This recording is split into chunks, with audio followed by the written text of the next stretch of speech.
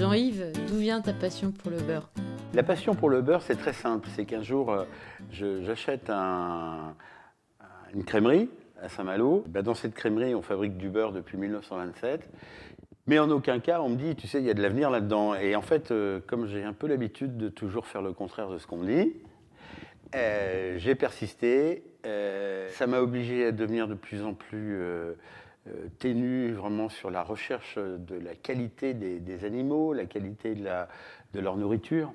Et tout ça a fait partie d'un ensemble qui m'a fait tomber dans cette bassine infernale, le beurre. Parmi tous les beurres, Jean-Yves, que tu as créés, quel est ton favori? Je ne savais pas que ça allait avoir une importance aussi large dans ma petite vie, c'est le beurre aux algues. J'ai fait ça vraiment, je ne savais pas ce que je faisais. Hein. Et puis un jour, toujours en faisant la même chose, ce beurre aux algues, je l'ai fait pour un ami. J'étais à Paris et je lui ai fait son beurre aux algues. Et puis il me dit, écoute, je te prends le reste du cul de poule et puis je vais manger chez des copains ce midi. Voilà. Sauf qu'il avait complètement oublié de me dire que ses copains s'appelaient Monsieur Robuchon. Voilà. Et qui t'a transmis le goût des bonnes choses? Alors c'est pas ma grand-mère, c'est ma maman. Et mes parents faisaient les marchés. Et entre 5h et 6h, l'heure à laquelle elle partait, elle faisait à manger pour que moi et ma sœur, pour le midi, quand on revenait à la maison, entre les deux parties de la journée, à l'école, là, on avait des poulets chasseurs, des tartes aux myrtilles, voilà. J'ai eu une maman fabuleuse.